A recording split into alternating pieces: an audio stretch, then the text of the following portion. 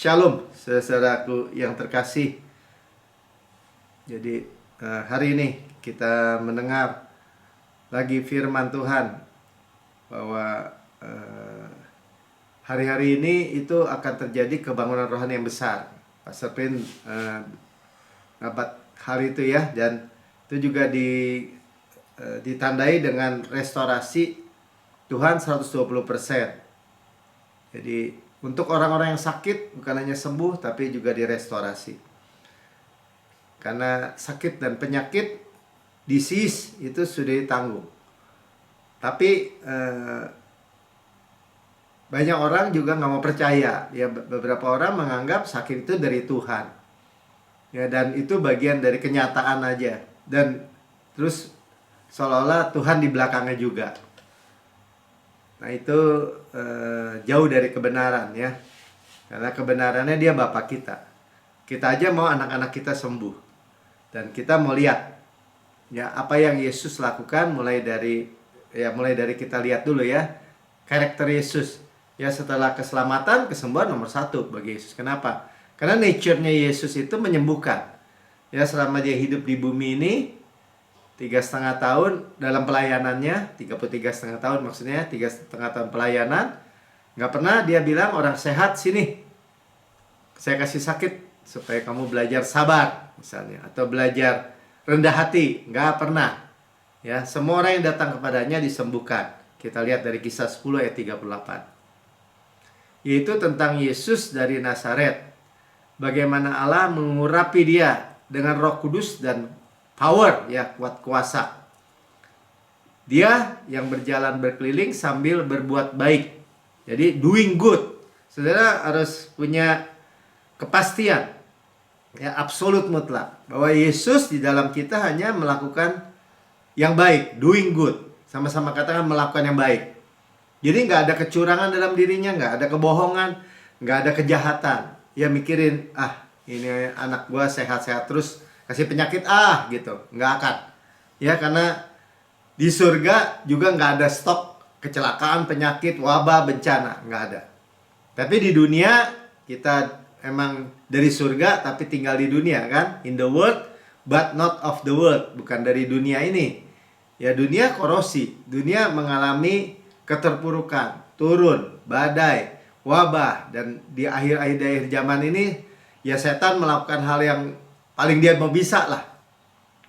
Ya, pandemi, perang, kelaparan, ekonomi, nah seperti itu. Tapi itu tidak akan menimpa kita, karena itu gelap itu di seluruh dunia itu hanya mau menampilkan Tuhan akan membuat kita semakin terang gitu ya, nyata terang kita sebenarnya.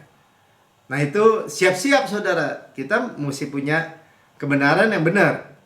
Ya, berbuat baik, sama-sama katakan Yesus hanya berbuat baik buat anaknya, buat saya. Ya, menyembuhkan semua orang yang dikuasai iblis, sebab Allah menyertai dia. Ya, penyakit dari iblis. Ya, nggak semua memang, tapi karena musuh, karena iblis, dia sendiri namanya penyakit. Ya, tapi semua nama yang penyakit itu punya nama semua ditaruh di bawah kaki Tuhan Yesus. Nah, jadi iblis itu membenci Tuhan, membenci Allah. Tapi dia nggak bisa apa-apa. Nah, berusaha membenci kita, ya, sasarannya. Tapi yang berperang, kalau kita menyadari bahwa yang berperang adalah Allah sendiri, ya itu kita perkatakan, yang perang bukan saya, Allah sendiri. Dan dia menaruh musuh-musuh itu di bawah kaki kita. Dan kita percaya, apalagi restorasi. Luar biasa. Nah, dan kita udah tahu ya bahwa pintu masuk daripada kesembuhan itu sebenarnya pengampunan segala dosa. Nanti kita elaborate lagi, kita uraikan lagi. Benar-benar ya, bahwa minggu lalu kita dengar ya Kisah 15 ayat 9. Iya kata Petrus ya waktu di sidang Yerusalem. Karena mereka membicarakan, jadi Kisah 15 ini mereka sedang membicarakan hukum Taurat. Apa maksudnya orang-orang non-Jews harus di bawah hukum Taurat nggak? Sunat, pintu masuk untuk hukum Taurat, tuntutan. Ya bagi kita udah ngerti, itu kutuk hukum Taurat.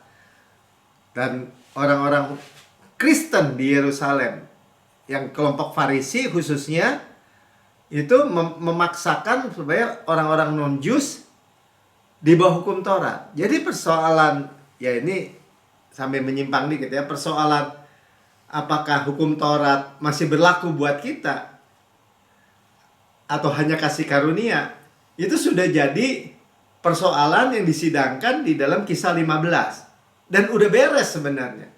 Petrus sudah bilang hanya kebenaran iman karena kasih karunia. Yakobus juga meneguhkan dengan memperkatakan, mengkutip dari kitab Amos, bahwa pondok Daud yang dipulihkan bukan bait suci Salomo bahkan, atau kemah Musa, bukan, yang menggambarkan hukum Taurat, tetapi hanya Ark Yesus, Ark of the Covenant. Itu apa tuh?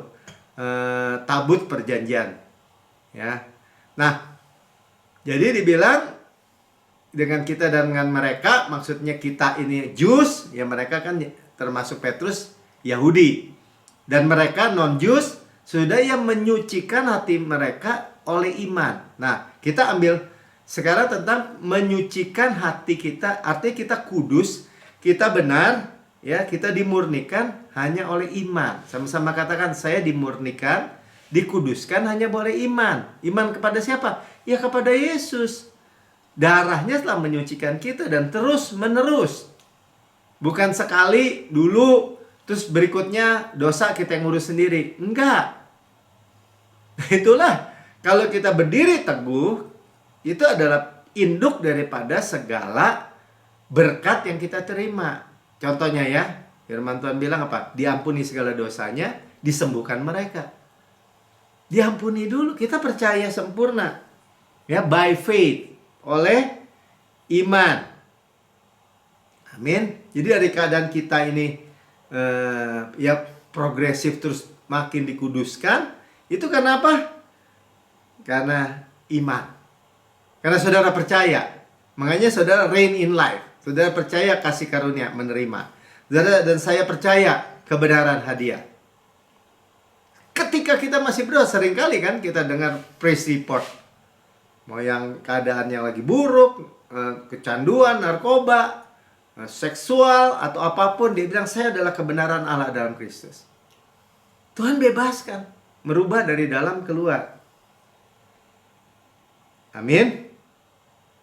Ya, nah, jadi berita ini, jadi berita apa yang saya beritakan, kita inti-intinya apa sih? Betul, Yesus dan karyanya. Nah, karyanya itu apa sih? Pengampunan segala dosa dan dibenarkan sepenuhnya. Itu inti berita Injil kasih karunia yang diberitakan Rasul Paulus memang. Karena dia yang jadi Rasul kasih karunia kan. Paulus bilang, saya hanya mau tahu Yesus dan karyanya yang sempurna.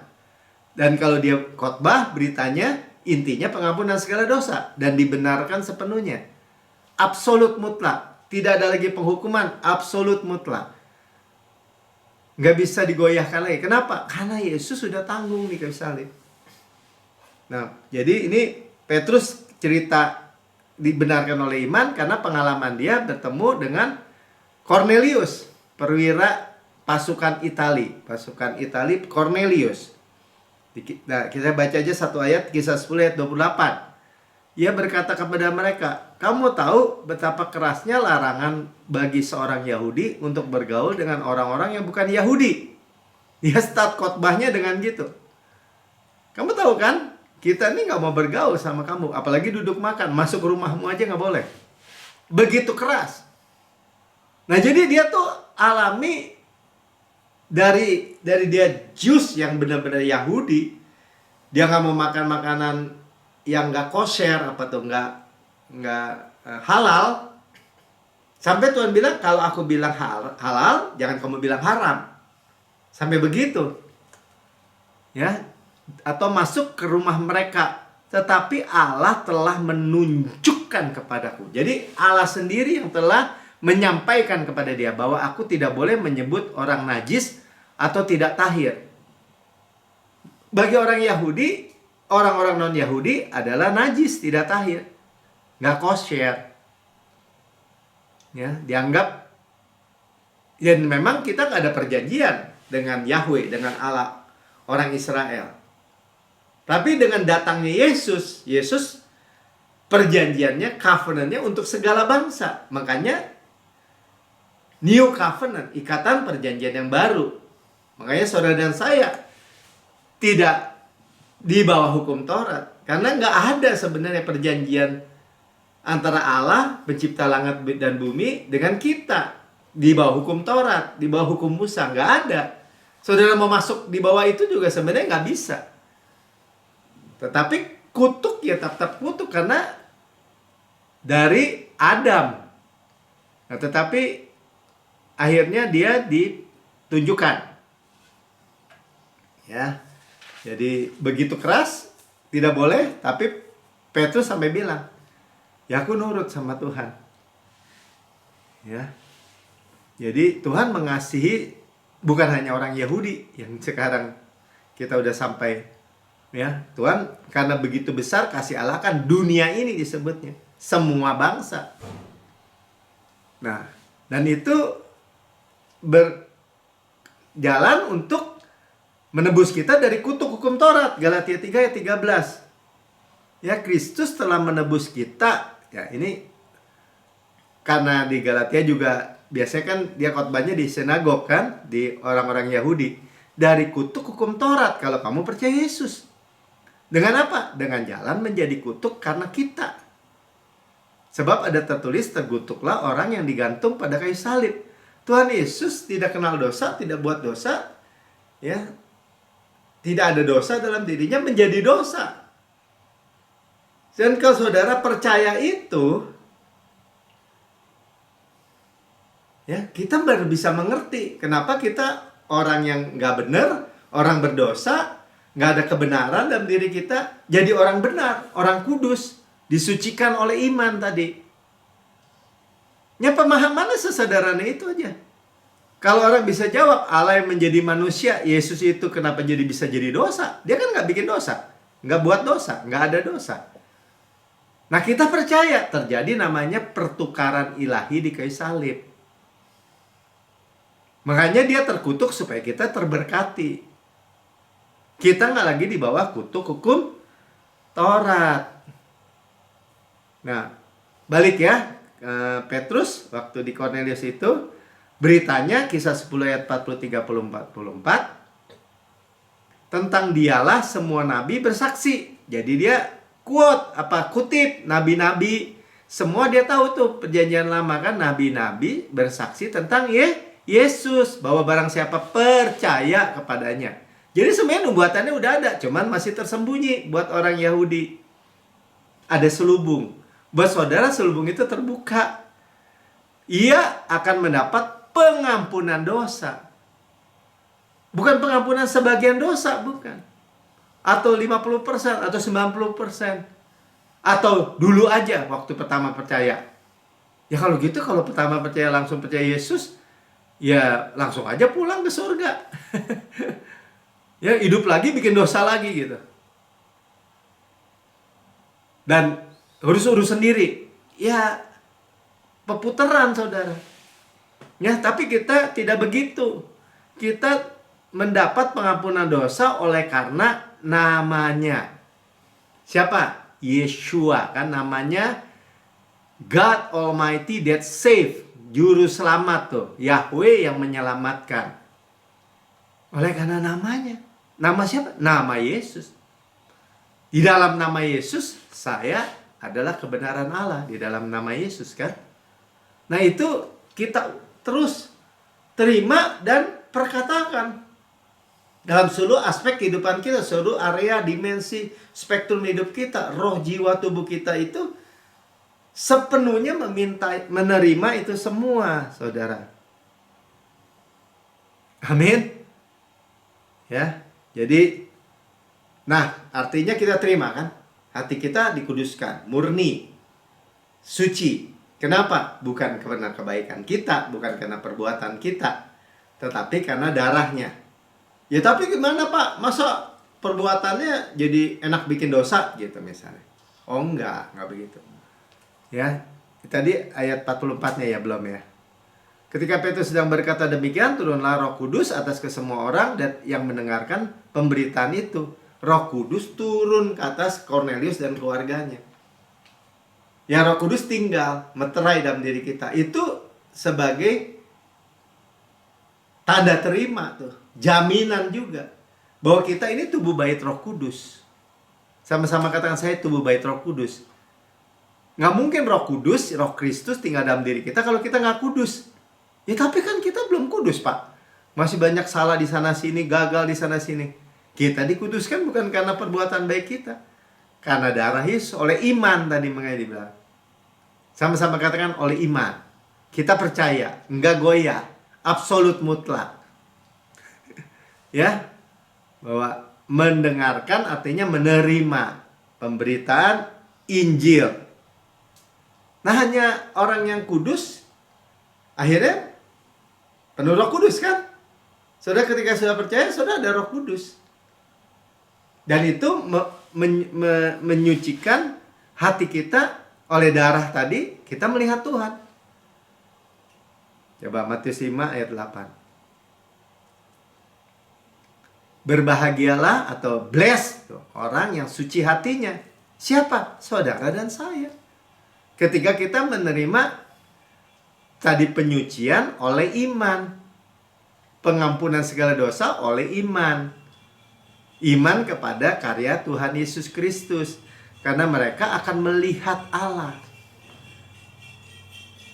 Jadi jangan mau lagi dituduh hati nuraninya penuh hutang gitu. Jangan mau lagi, saudara. Lebih baik saudara berkata gini, Tuhan, saya gagal lagi, tapi saya adalah kebenaran Allah dalam Kristus. Saya tetap anakmu, darahmu menyucikan saya. Tuhan, saya nggak sanggup, tapi Engkau sanggup. Saya mau diubah, betul.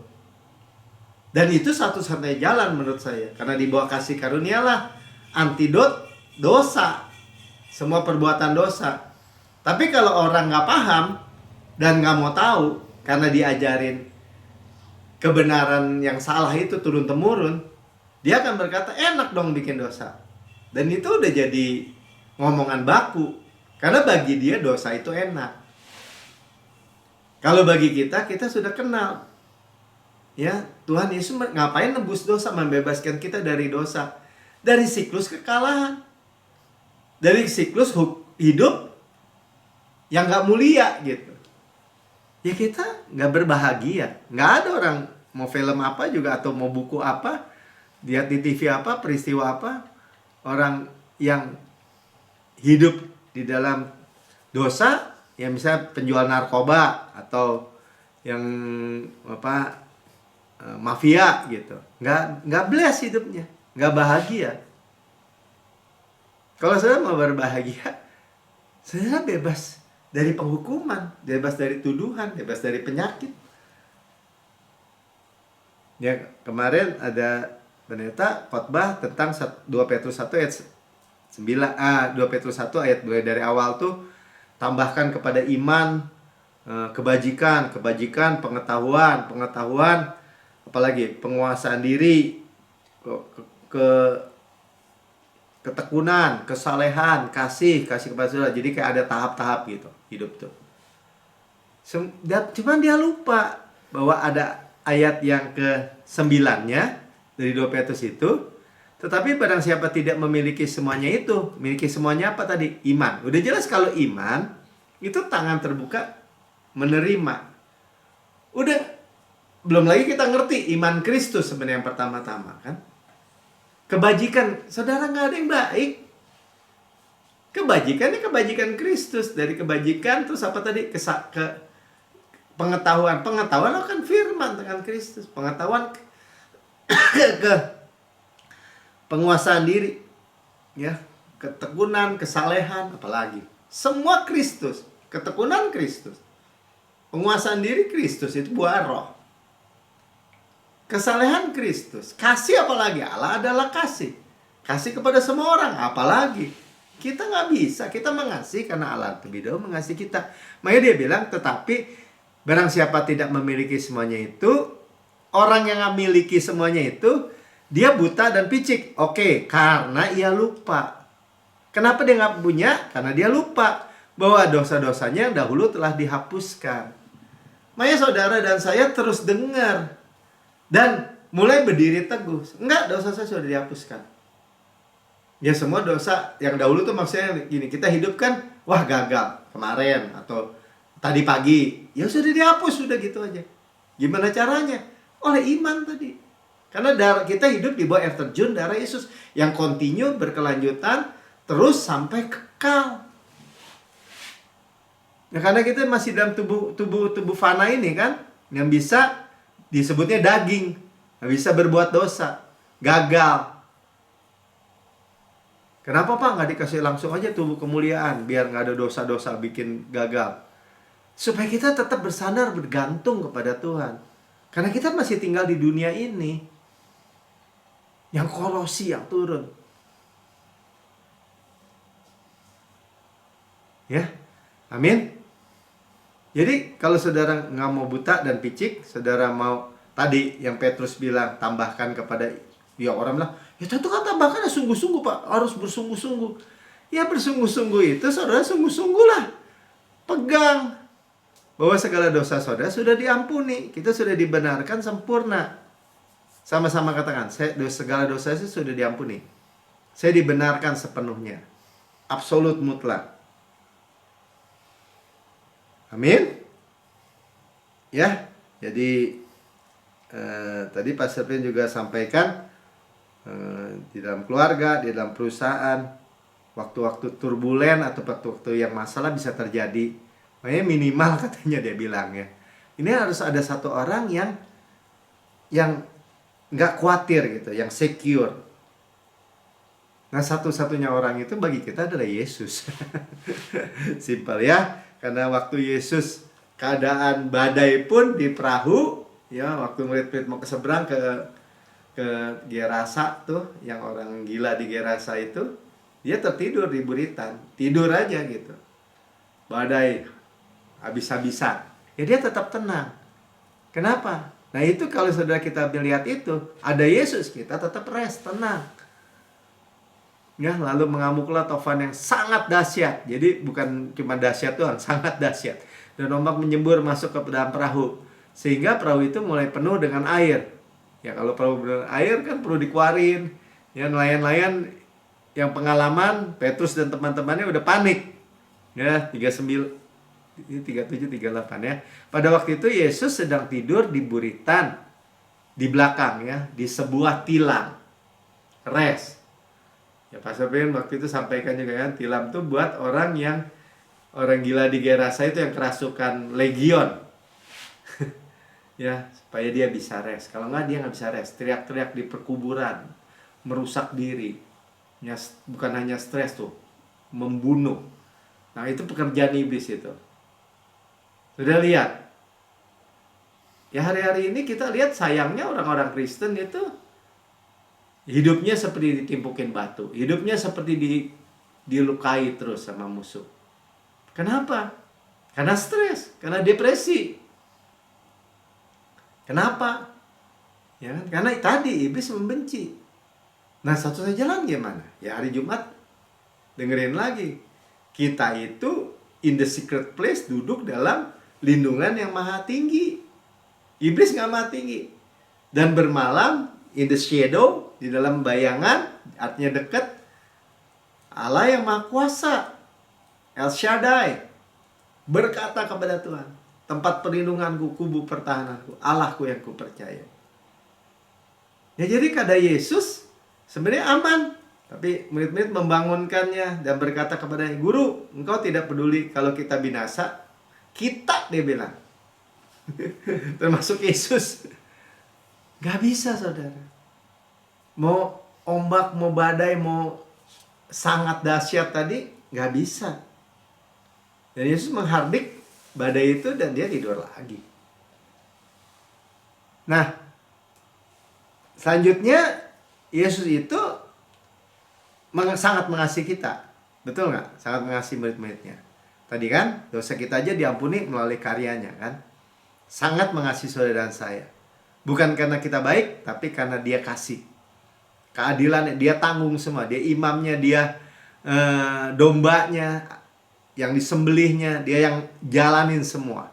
Dan itulah kasih karunia. Nah, degree atau derajat Yesus, intensitas ya, Yesus mengasihi kita, dia membenci dosa di dalam diri kita. Makanya dihancurin dosa itu. Ya, kita lihat misalnya contoh Markus 9 ayat 23 sampai 25. Ya, jawab Yesus, ini ada orang anaknya dikuasai iblis, setan, ya, ayan dan ke api, ke air, ya membunuh. Nah, Yesus, jika engkau dapat, ya bilang. Makanya kali dia minta murid-muridnya kan, ternyata nggak bisa. Nah, kadang-kadang orang Kristen pakai yang dalam tanda kutip tuh, sebenarnya nggak di dalam ayat aslinya, harus berdoa, berpuasa, kayaknya perjuangan kita, bukan. Baca ya, tidak ada yang mustahil bagi orang percaya, cuman itu doang kualifikasinya, percaya. 24, segera anak itu berteriak, aku percaya, tolonglah aku yang tidak percaya ini. Gimana sih, percaya apa nggak percaya? Ya dia tahu. Jadi kita bisa berseru juga kepada Yesus.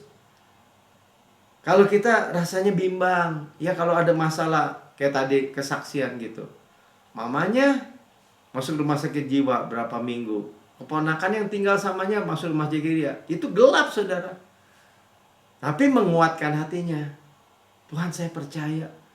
Tapi saya bimbang, saya nggak kurang kelihatan kenyataannya seperti ini. Lord, I cannot, but you can. Kita memiliki kecerdasan iman, kita udah belajar ya. 25, maka ketika Yesus melihat orang makin banyak berkerumun, ia menegur roh jahat itu dengan keras. Nah, inilah kenapa dia menegur dengan keras. Itu benar-benar dihardik dengan keras. Yaitulah intensitas kebencian Tuhan kepada roh jahat ini yang menjadi penyakit ayan, dan mau membunuh anak ini.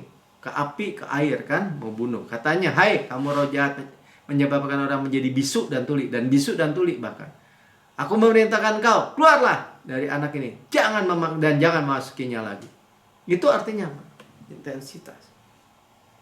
Jadi saudara, jangan ada keraguan sedikit pun bahwa Tuhan itu, oh ya udah biarin deh, kamu sakit kanker, kamu sakit darah tinggi, kamu sakit gula darah, kamu punya kelemahan ini, kelemahan itu. Terus kita pikir gini, ya udahlah, berdamai aja deh dengan penyakit. Tuhan emang kasih karunia-Nya lah, nggak menyembuhkan kita gitu.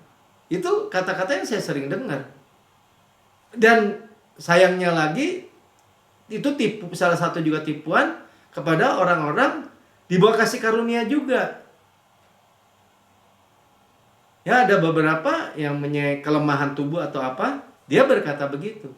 Jadi dia menerima. Dan itu menurut saya bahaya. Karena beberapa akhirnya jadi korban. Ya, ada orang memang sih, karena orang capek kalau misalnya ginjalnya rusak terus harus cuci darah. Dia percaya kasih karunia, tapi ada waktu-waktu lemah kan. Terus dia bilang gini, ya udahlah, emang Tuhan izinkan kok kasih karuniaku cukup, katanya gitu. Pakai ayat itu. Padahal Paulus bukan soal sakit itu. Saudara, jangan mau hal-hal kayak begitu. Jangan saya selalu bilang, mata saya buta aja, saya bilang, saya memiliki mata Kristus. Karena kita udah belajar juga. Pertama, mata Kristus di surga nggak buta. Demikian juga mata kita, saya. Ya, dan Tuhan mengaruniakan mencelikan orang buta. Di Alkitab banyak. Mana Pak Melki? I don't care kapan manifestasinya. Karena itu misteri memang. Tapi di dalam waktu menunggu juga Tuhan pelihara. Artinya apa? Artinya nggak bermasalah aja, udah gitu aja. Bisa lakukan segala hal. Paham saudara? Ya, jangan mau nurunin yang kebenaran yang kita terima. Ya kita ngomong aja, Tuhan, saya khawatir, iman saya lemah, tapi engkau tidak khawatir. Ya kadang-kadang saya ngomong gitu. Ya contoh ya. Tadi saya pagi tadi menyelesaikan maraton 42 kilo. Biasanya saya latihan udah ada long run, udah sampai 30 km lebih dan gak ada masalah. Tapi hari ini saya sebenarnya pengen lari dengan nyaman aja, finish strong namanya kalau itu. Nah, lari pas kilometer 20 kram saudara, dan keramnya itu kiri kanan, dan kalau sudah tahu sakitnya keram pelari ya. Nah, di titik itu saya punya pilihan berhenti. Ya orang juga bilang ya udah Pak, berhenti aja Pak, udah dirilis, dipijit-pijit ya apa, kan ada mediknya. Medik tuh orang-orang dokter yang jaga di sepanjang rute. Atau saya mulai memperkatakan, ya praktek lagi crisis master. Ya saya karena suka sebagai pelari, saya suka ayat orang yang menantikan Tuhan diberi kekuatan baru, naik terbang dengan kekuatan saya Praja Wali, berlari tidak menjadi lesu, dan berjalan tidak menjadi lelah. Crisis my strength, crisis my healthy. Yesus kesehatan saya, Yesus kekuatan saya. Ya kalau pas sakit banget, Tuhan Yesus sudah menanggung penyakit saya direstorasi. Singkat cerita, karena 42 di kilometer 20 setengah aja belum, sudah kram dua-duanya, dan itu ya sakit dijalanin tuh kadang-kadang kena ketarik lagi istilahnya. Tapi saya mulai, yang saya ingat gini, saya terus berdoa, tapi terus jalan, lari, maksudnya terus lari, dan Tuhan kirim gitu orang-orang yang dan lucunya gini, namanya pelari itu nyimpen biasanya namanya salt stick ya, atau kapsul untuk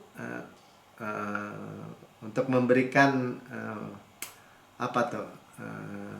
bukan ion ya, garam-garam gitu ya, elektrolit atau apa di dalam tubuh untuk supaya menyerap oksigen ototnya dan segala macam deh ada.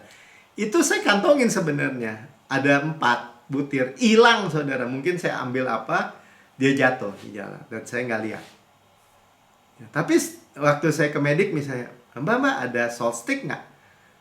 Ada sih berarti, nggak ada katanya. Tapi di situ ada orang, oh ada nih Pak, Bapak mau? Dikasih gitu ya. Jadi selalu ada solusi. Dan menjelang 10 km terakhir, memang saya ikut komunitas ya, ada 2 orang yang menyertai saya gitu. Saya kadang-kadang pikir, kok nggak jadi gini, memang secara pace, secara kecepatan akhirnya menurun banyak. Tapi yang ajaibnya, waktu cut off time ya, orang kalau pelari tahu ya, cut off time itu 6 jam ya. Saya 6 jam kurang 8 menit, berarti masih masuk, masih dapat medali. Maksud saya gini, ya saya ngalamin perjalanan itu, saya menerima sesuatu hal yang lebih, suatu hal yang lain. Iya ya, Tuhan itu real, Tuhan itu nyata. Saya hanya bisa bilang, ini pasti Tuhan. Saya mengalami itu ya, di dalam perjalanan 42 km 6 jam 6 jam nggak berhenti ya, terus saja ya kan. Tapi memang agak memelan ya, secara manusia saya rada kecewa. Karena apa? Karena target saya di bawah 7, tapi ini 7.50 ya kan, pace-nya, kecepatannya. Tapi saya menerima hal yang lain. Kenapa?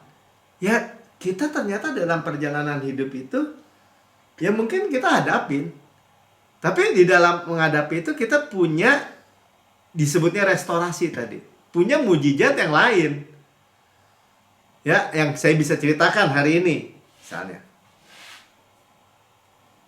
ya. Dan saya ingat ketika Pak Melki, nggak apa-apa katanya, saya ingat saya selalu menjawab dengan tersenyum gitu. Kalau saya kesakitan, saya nggak mungkin tersenyum, saudara ya. Oh, teman yang satu yang biasa jadi coach, dia bilang gini, dia mah nggak kenapa-napa, cuman kakinya aja sakit katanya. Jadi dia main aja. Ya cuman maksud saya, Ada hal lain selalu dalam hidup ini. Ya. Dan kita tinggal bangkit dan menjadi terang aja.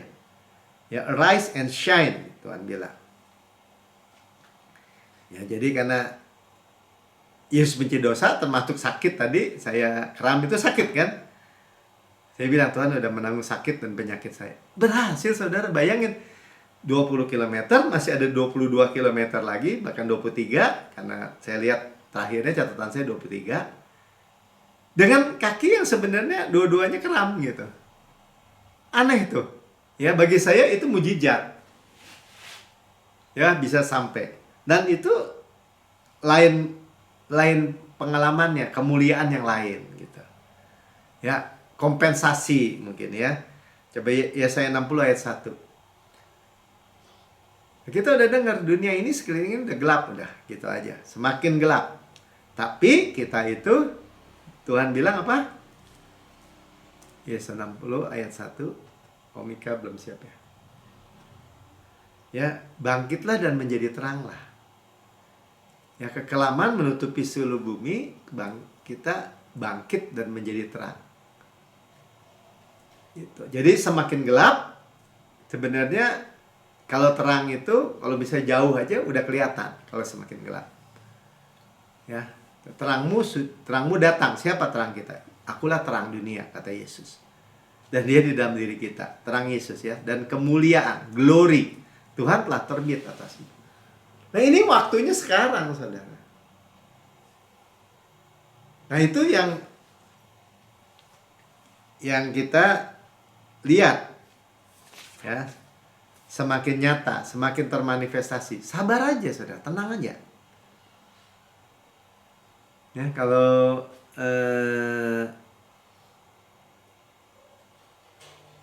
pengobatan, kedokteran, ya, itu nggak sampai akarnya, tapi tetap itu di pihak penyembuh, musuhnya penyakit. Ya, dan problemnya sebenarnya akarnya itu kan apa tuh? Penuduhan, dakwaan. Ya, dan itu membuat stres, takut, dan depresi. Akarnya tuh di bawah. Itu yang membuat hidup orang tuh, mau dia kaya, mau dia kelihatan hebat, rusak di atas. Ya, penuduhan lah ya, penghukuman. Nah, itu mau bilang itu. Nah, kita lihat ya. Itu yang buat iblis ya, supaya saudara diopres itu, ditekan, dituduh. 2 Korintus 7 ayat 10. Nah, makanya dibilang gini, ini supaya kita belajar ya. Ayatnya bilang ini, sebab duka cita menurut kehendak Allah menghasilkan pertobatan. Ntar dulu ya, dan membawa keselamatan. Nah, duka cita menurut kehendak Allah, nanti kita lihat yang di Taman Getsemani yang alami duka cita siapa? Yesus. Ya, membawa kita pertobatan dan keselamatan yang tidak akan disesalkan. Ya, tetapi poinnya ke sini ya, duka cita yang dari dunia menghasilkan kematian. Jadi kalau saudara kalau orang itu menerima duka cita yang dari dunia, apa?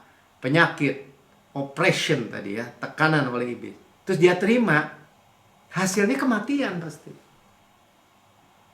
Ya tadi dengan kesaksian saya tadi, ya kalau saya terima, ya saya dihukum deh. Ya saya begini deh. Ya, boro-boro saya lihat mujizat gitu. Ya hal-hal kecil aja. Nah, godly sorrow, ya kita tahu Yesus ya menanggung semua tadi. Kita lihat aja dari Yesaya 53 ayat 4. Ini dari sorrow-nya ya, sebab sesungguhnya penyakit kita lah yang ditanggungnya. Kesengsaraan kita lah yang dipikulnya. Ya bahasa Inggrisnya griefs ya kan, dan sorrow. Tapi dari YLT ya, yang translation penyakit ya, sama kayak Indonesia ya, bukan grief, bukan tapi penyakit. Dan kesengsaraan itu sakit juga. Sakit dan penyakit. Soalnya ada orang yang bicara kasih karunia juga nggak percaya bahwa sakit kita juga ditanggung. Penyakit, disease ditanggung katanya. Oke, penyakit. Tapi sakit kan enggak dong. Kalau kita nggak punya rasa sakit, nanti orang bisa ngerusak diri. Oh, itu penyakit juga. Ada kan penyakit orang yang nggak bisa, kalau dipukul nggak ada, dicubit nggak tahu, dibakar tangannya nggak kerasa. Itu penyakit juga. Tapi kalau sakit misalnya, sakit hati, ya atau sakit, kenapa ketusuk jarum ya sakit, bukan penyakit. Tuhan tanggung juga, saudara. Ya kayak tadi, saya lari, kram, saudara, sakit, ya sakit. Percaya nggak Tuhan tanggung gitu. Nah itu harus dialami praktek. Padahal apa? Nah dia yang tanggung kan, dia kena tulah, dipukul, dan ditindas Allah. Nah artinya orang pikirnya begitu. Wah, Yesus disalib pasti punya dosa nih, kata orang Yahudi kan. Dia dikutuk tuh sama Tuhan tuh. Padahal kita tahu ya bahwa Tuhan Yesus nggak punya dosa, nggak bikin dosa, nggak ada dosa, menjadi dosa karena kita, dosa kita. Nah itulah yang disebut sorrow, godly sorrow. Ya, contohnya di Matius 8 ayat 16-17. Oh ini ya saya sebelum masuk sini, saya cuma mau bilang, buktinya waktu di Taman Getsemani kan, Yesus menanggung semua kesengsaraan. Orang yang penuh sengsara, itu dengan tujuan, saudara. Terus kalau kita, ya kita nggak lagi. Kenapa? Karena udah diambil semua sama Yesus. Makanya dikatakan di Matius 8 ayat 16 ini, menjelang malam dibawa kepada Yesus banyak orang yang kerasukan setan. Yang tadi, kayak tadi anak bapaknya yang sampai ayan itu ya, dengan sepatah kata saja Yesus mengusir roh-roh itu dan menyembuhkan orang-orang yang menderita sakit. Ini nature-nya Tuhan. Ya, jadi jangan main-main, saudara, kita hargai. Karena banyak generasi disebut generasi yang sekarang tuh, generasi Z atau apa. Dan seterusnya. Itu depresi, saudara.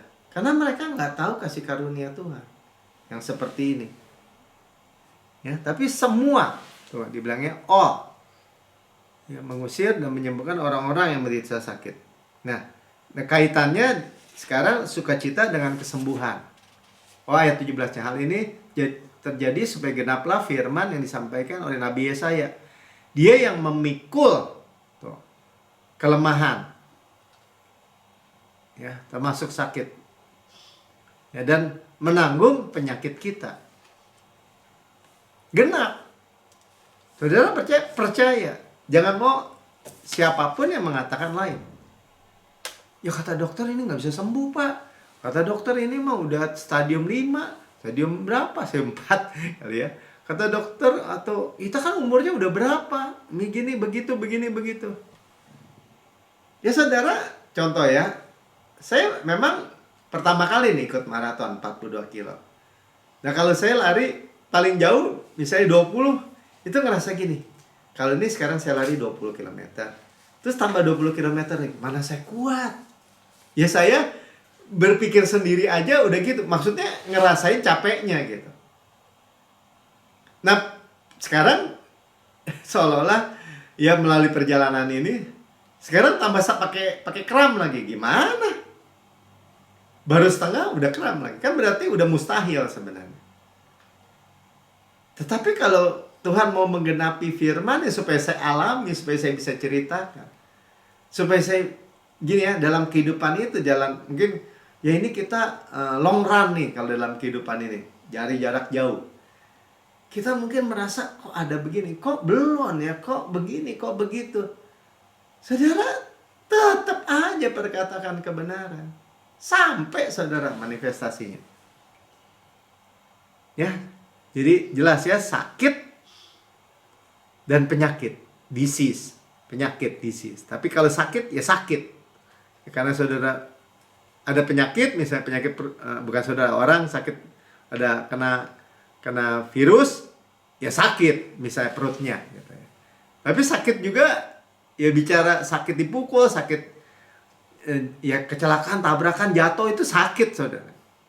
Tuhan tebus dari kecelakaan makanya. Tapi harus jelas. Ya, dari tadi kita bicara Yesus, kita bicara pengampunan segala dosa. Itu induk dari segala berkat. Nah, ini ya. Jadi selanjutnya, nah sekarang kaitannya sukacita dengan kesembuhan. Makanya tadi saya setelah pulang lari baru ibadah ikut NCC kan melalui online. Ya saya ketawa juga ya. Kenapa sepanjang 20 km yang saya sakit itu, saya senyum-senyum aja gitu. Ya kerasa gitu, bukan sebagai sesuatu yang murung gitu, enggak, senyum-senyum aja. Sukacita aja. Makanya orang yang mendampingi saya itu, dia bilang, Pak Melki mah kakinya aja yang sakit. Sebenarnya dia biasa-biasa aja tuh, senyum-senyum gitu mungkin ya, dia lihat ya. Nah ini Nehemia 8 ayat 11 bagian B, dia bilang, jangan kamu bersusah hati, jangan sorrow gitu ya, jangan sedih. Sebab sukacita yang dari Tuhan itulah perlindunganmu, bahasa Indonesianya ya. Sebab the joy of the Lord is your strength, tuh kalau bahasa Inggrisnya. Jadi sukacita Tuhan itulah kekuatan. Nah, pantesan aja. Christ is my strength. Terus ingetin jadi sukacita gitu. Pengen ketawa aja. Ya bahagia aja gitu. Dan itulah yang membuat saudara berbeda dengan orang-orang dunia. Oh nggak bisa, harus stres. Kerja tuh harus kepala jadi kaki, kaki jadi kepala. Ya saya tidur cuma 2 jam nih tiap hari. Itu kebanggaannya begitu. Ya nggak begitu. Pokoknya nggak begitu aja. Karena kita anak Tuhan. Tuhan yang supply, Tuhan yang sediakan. Sama-sama katakan, the joy of the Lord is my strength. Kan ada lagunya kan, the joy of the Lord is my strength. The joy of the Lord is my strength. The joy of the Lord is my strength. The joy of the Lord is my strength. Berarti apa? Sukacita itu kesembuhan. Amin. Dan sukacita itu dari Yesus. Yohanes 15 ayat 11. Semuanya itu kukatakan kepadamu, kata Yesus, supaya sukacitaku ya ada di dalam kita, di dalam kamu. Makanya disebut Roh Kudus itu roh sukacita juga ya, dan sukacitamu itu menjadi penuh. Ya, jalan-jalan kita penuh bahagia, makanya sering saya katakan kan. Penuh, bukan separoh, bukan kurang. Kurang nih saya sukacita hari ini. Enggak. Sukacita, damai sejahtera, temennya kan semua berdampingan. Amin.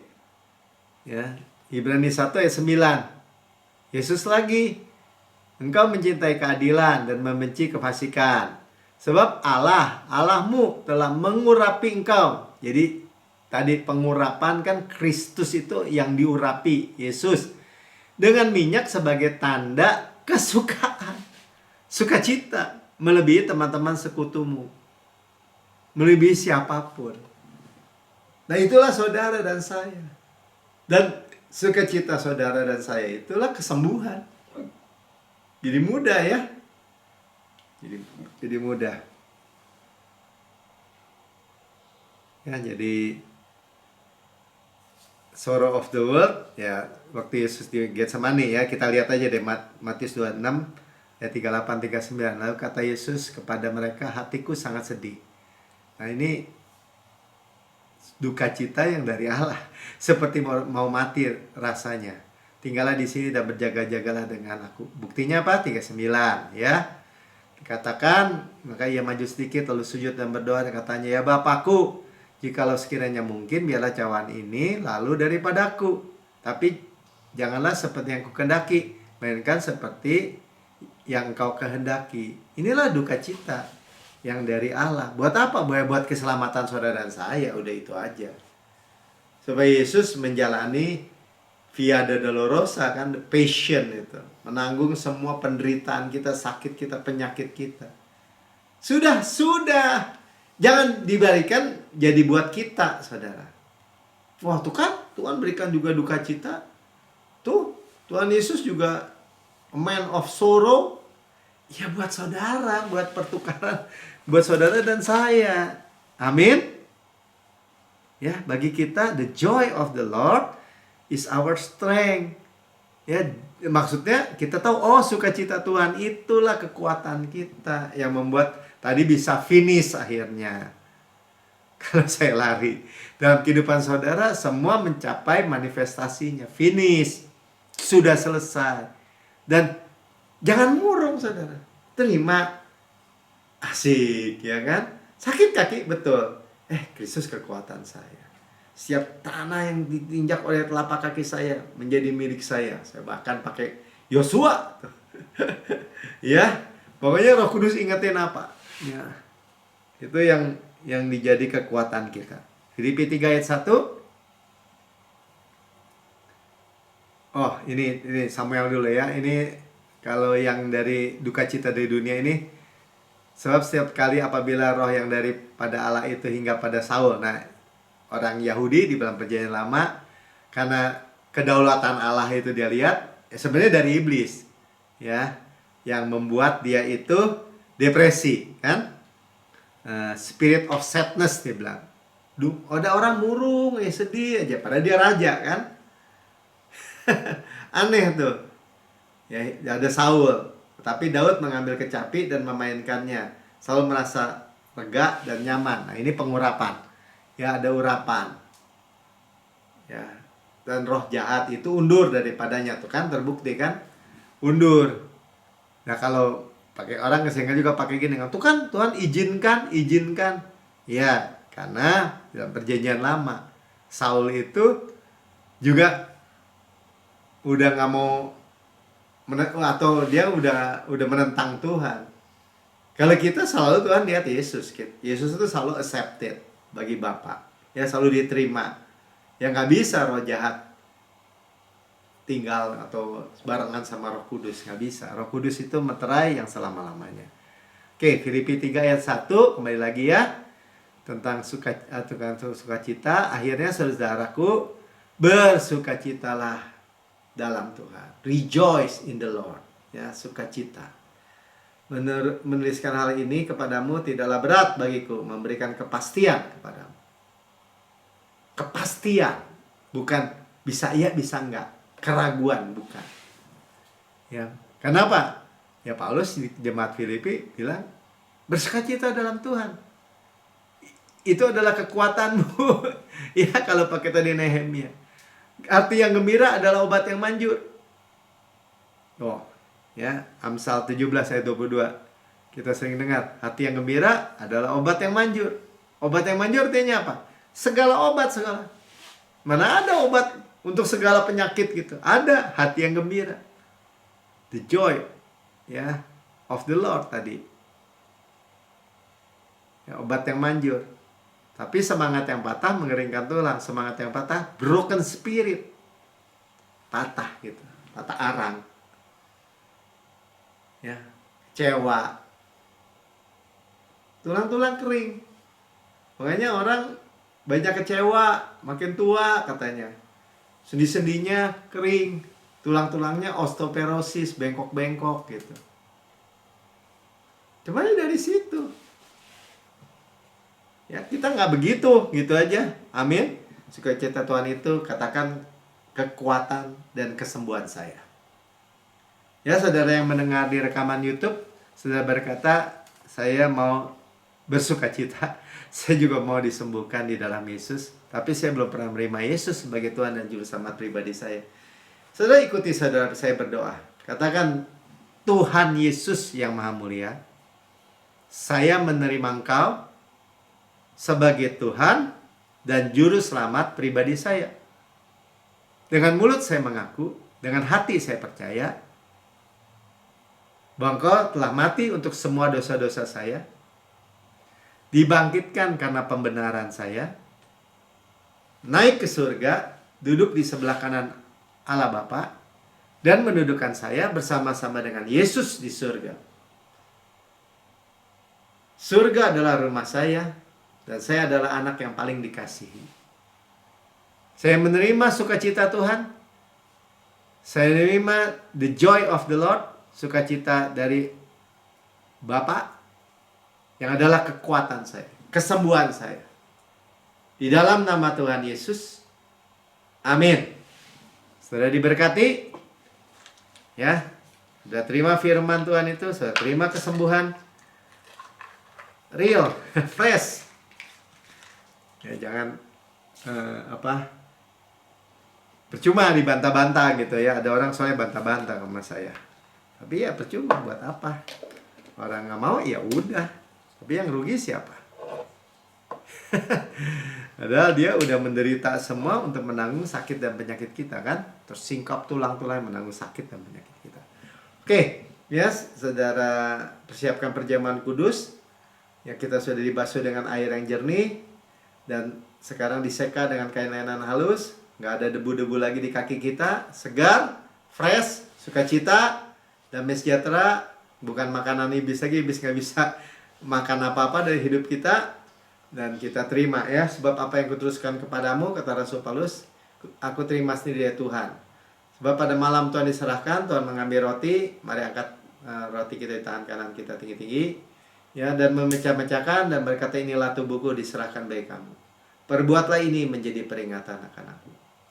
Ya, kita memperingati kematian Tuhan sampai Tuhan Yesus datang. Artinya warisan yang kita terima. Tubuh Kristus benar-benar makanan, darah Kristus benar-benar minuman.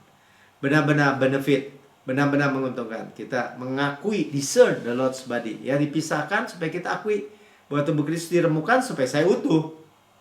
Gampang kan? Sukses, utuh, berkemenangan tanpa susah payah. Tubuh Kristus ditikam, keluar air dan darah supaya dosa saya dihapus. Dicambuk sampai tersingkap tulang-tulangnya. Tulang-tulangnya melototi aku, kata Tuhan Yesus. Yes, menanggung sakit dan penyakit kita. Ya, dibakar, digantung di kayu salib tubuh Kristus. Digantung antara bumi dengan langit, menanggung semua murka, semua kutuk, semua kematian, semua yang buruk-buruk.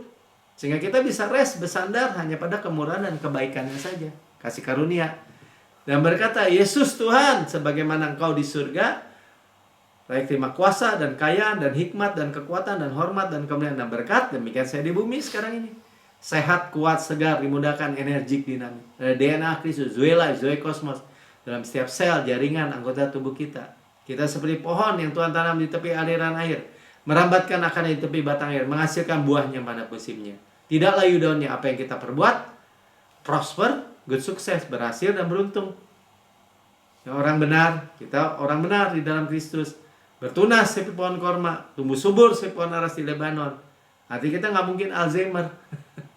Ya, kita makan daging Kristus, makanannya, kekuatannya, dadanya, kasihnya, roti malaikat, roti pemenang, roti hidup, mana surgawi, hukum roh yang menghidupkan, yang memerdekakan kita dari hukum dosa dan hukum maut. Ya, sebelum terjadi maut, kematian, ada penyakit. Sebelum penyakit ada stres, ada penghukuman. Nah, kita tahu ya jurusannya. Gandum terbaik di olesi butter dan madu dari gunung batu, artinya manis, saudara. Di tengah-tengah dunia yang gelap, kita terima yang manis. Madu dari gunung batu. Ya, roti malaikat. Saudaraku yang kasih, bukankah roti yang kita pecah-pecahkan adalah persekutuan kita dengan tubuh Kristus? Amin. Makan dalam nama Tuhan Yesus.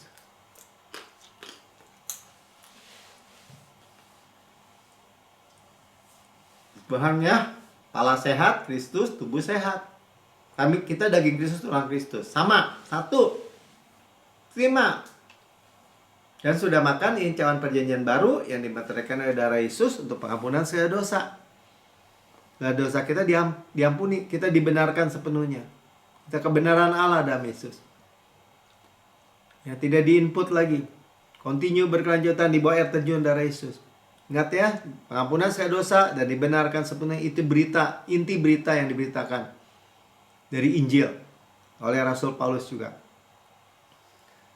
Jadi absolut mutlak, yaitu induk dari segala berkat yang kita terima, pintunya, masuknya. Ya, kita mewarisi Kanaan, tanah yang mengalir susu dan madu, kota-kota, rumah-rumah yang besar, yang baik isinya, kita tidak bangun, tidak kita isi, tapi kita memilikinya. Sumur-sumur, sungai, mata air, danau, di gunung, di lembah, kita tidak gali. Itu finansial ya, tapi kita yang minum airnya. Gandum jelai, kita makan tidak perlu berhemat. Pohon anggur, zaitun, aradima, kita makan nggak perlu tanam. Kita yang menikmatinya. ya, mewarisi batunya mengandung tembaga, gunungnya mengandung besi, harta karun dalam sejarah tanah liat ini. Kita yang memilikinya, mewarisi dunia ini, kesehatan, kemakmuran di bawahnya, panen raya besar, manifestasi berkat hujan akhir, golden oil dari golden pipe, berkat-berkat pneumatikos in heavenly presence, berkat-berkat rohani dalam surgawi, karisma karena roh, semua janji, semua berkat Tuhan sealkitab saudara. Tuhan Yesus sudah bayar overpayment. Saudaraku yang kekasih, bukan kacauan yang atas kita mengucap syukur adalah persekutuan kita dengan darah Kristus. Amin. Minum dalam nama Tuhan Yesus. Haleluya, haleluya.